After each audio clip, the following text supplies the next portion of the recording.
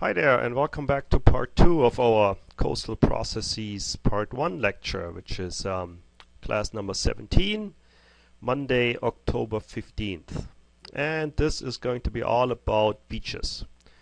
Right? So, beaches. Let's talk about beaches. This might be the most famous beach in the United States, certainly. We're looking at Waikiki Beach here on the island of Oahu in Hawaii. So, you look at the beach. What sort of processes are going on that beach? What processes are going on shaping that beach? So, here's the definition for a beach. You can read that off yourself. It is basically, if you will, the transition between the ocean, or between water, and land. And we distinguish between the offshore zone, the foreshore zone, and the backshore zone. And that all depends on whether or not it is underwater, or only covered and uncovered by tides, or always dry and only flooded, if you will, during severe storms. So that's what a beach is. Now, here's an example of this, right? We're looking at a sandy beach. We're looking first of all at the swash zone here. This is where the waves go up and down, and they reach the high water line, which would be the highest that the water goes normally during high tides. And then this area here is the backshore, which usually is not covered by water except maybe during especially storms. Now, beaches are extremely dynamic. It's perhaps one of the most dynamic places that you'll ever find, right? So you have waves coming in from the ocean, and as they surge up the beach, that's called a swash. They deliver water and sand in the swash up the beach. And then the water sloshes backwards again, and we call that the backwash. So we have a constant supply, deposition, and then erosion of sediment along the beach. The swash brings sand up the beach, and the backwash takes sand back away from the beach into the deeper water. So sand up, sand down. Sand up, sand down, right? Very dynamic place. Now, if the waves strike the shoreline at a 90-degree angle, then what you have is a pretty stable situation, right? You get the swash coming in, bringing sand. You get the backwash coming out, taking sediment away. But you have what's called a dynamic equilibrium. The rate of supply is equal to the rate of removal, if you will. You have a balanced sediment budget, and your beach is not getting any bigger, it's not getting any smaller, it is constant. However, that's a rare situation, because more typically waves strike the shoreline at an angle, and what you get out of that is what's called a longshore current. So if you will, the waves come in at an angle, and as they run up the beach, they sort of get deflected. And what you effectively have, if you will, is a river of water, a river of ocean water, traveling down, right, in front of the beach, parallel to the beach. Here's an example for that as well. So you have a longshore current, and with that you get something called beach drifting, right? So you have your waves coming in at an oblique angle. That sets up a longshore current, if you will, a river parallel to the beachfront.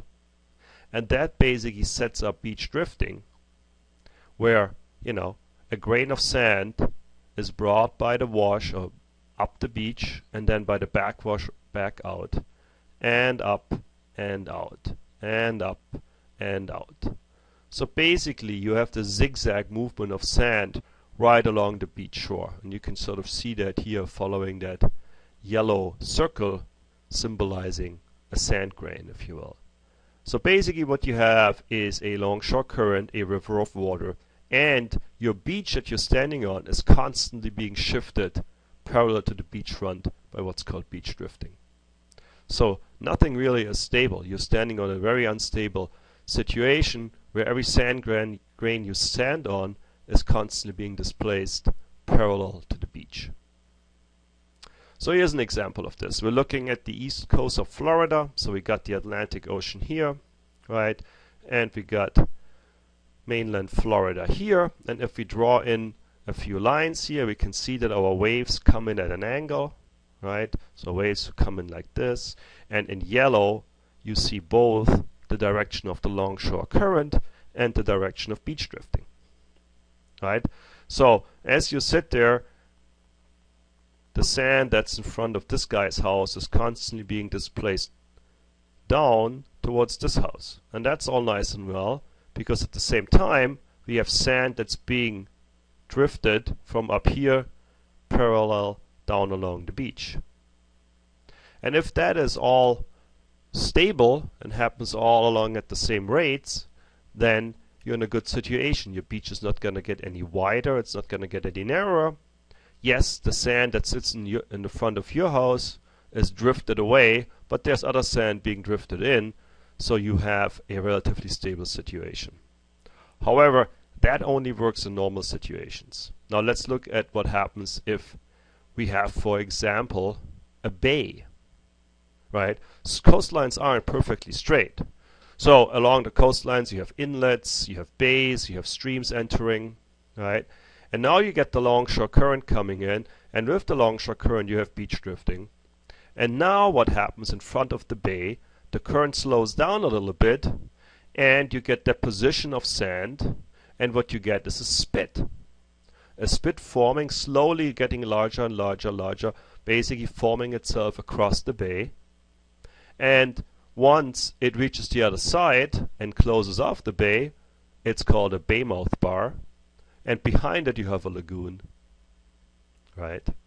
So this dynamic equilibrium of beach drifting and longshore current works well if the coastline is perfectly straight and perfectly smooth. But as soon as you have any indentations in the coastline, any bays or inlets and so on and so forth, you start to get into problems here. So here's an example. Here's a spit, right? So we have longshore current coming down, we have beach drifting coming down, and here's a spit that's being formed, right? And this spit has almost reached the other side of this inlet. Closing it off, then it would become a bay mouth bar.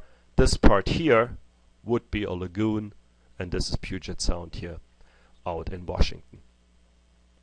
Another good example for a spit forming is out on the Cape. Let's zoom into the red circle here, and we're looking at the situation here near Provincetown, right? So we have the waves from the Atlantic Ocean coming in at an angle. So that means we have beach drifting and a longshore current right along the beachfront here. And it loops around the tip of the Cape. And here we have a spit forming, right? And that spit is getting longer and longer and longer because you get sand and you get water, and here's being delivered, and your spit gets longer and longer and longer. Eventually it'll close off P-Town Harbor, right? So longshore current beach drifting, very important when you think about a beach. Another thing that happens is people build groins, right? People like to have their beaches wider. So what they do is they basically build a concrete wall out, out into the water, maybe 100 yards, maybe 200 yards, right? And these groins basically do what they're supposed to. They trap the sand. They trap the beach drifting, right? And forces the sand to accumulate, giving you a wider beach. But at the same time, just downstream, right, or downflow, if you will, down current, there's a lack of sediment. So these groins effectively starve the areas right down current of them, right? This is the famous groins near Santa Monica here, and you can see here a photograph of their build out like this. And perfect, here you get a nice white beach because the beach drifting is trapped. And right behind them, the beach is much narrower. Here's another good example. Here's a close-up first, of our longshore current and our beach drifting. Sand is being trapped as intended by the groins, but just on the other side, or the downstream side or down current side, there's simply a lack of sand, and these areas starve, and here the beaches get much narrower. Another example are so-called jetties. So we have a marina here, right? And these people want, of course, take their boats in and out of their marina. But of course you have beach drifting and you have a longshore current. So what is supposed to happen here is that a spit is supposed to form. And then eventually this bay would be closed off by a bay mouth bar and your marina would become a lagoon. Of course, people don't like that.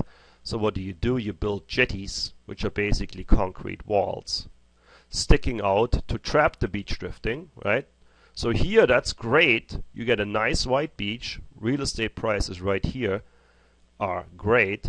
But just on the other side, on the down current side of your jetty, your beach is much narrower because all the sand gets trapped up here and the sand gets starved from here. So here you get a much narrower beach and you got much lower real estate prices.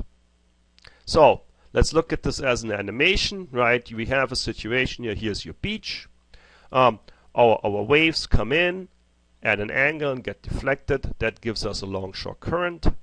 That longshore current creates beach drifting, basically drifting of sand parallel to the beach front. We have a stable situation here because we have a dynamic equilibrium. The amount of sand coming in is the same amount of sand going away. So everything drifts in this case from left to right, but our beach is not getting any wider or any narrower. So let's put jetties in. Here we have two jetties, maybe protecting this marina, and the beach drift is trapped. Here you get deposition of sand, and here you get erosion and starvation of sand. You get a nice wide beach here, and you get a skinny beach back here. Let's take these jetties away and put some groins in and see what happens. Got 3 groins trapping the beach drifting. Our beach gets wider and wider on the up current side. On the down current side you get erosion and lack of sand, so your beach gets narrower. Now let's take the groins away and we have our natural beachfront again with a dynamic equilibrium, right? Beach drifting is occurring, but the amount of beach drifting coming in is exactly the same as the amount of beach drifting going out, if you will, so our beach remains stable. So that's what I wanted to say about beaches. This was part 2, and in part 3 we'll talk about barrier islands and lagoons. So see you over in part 3.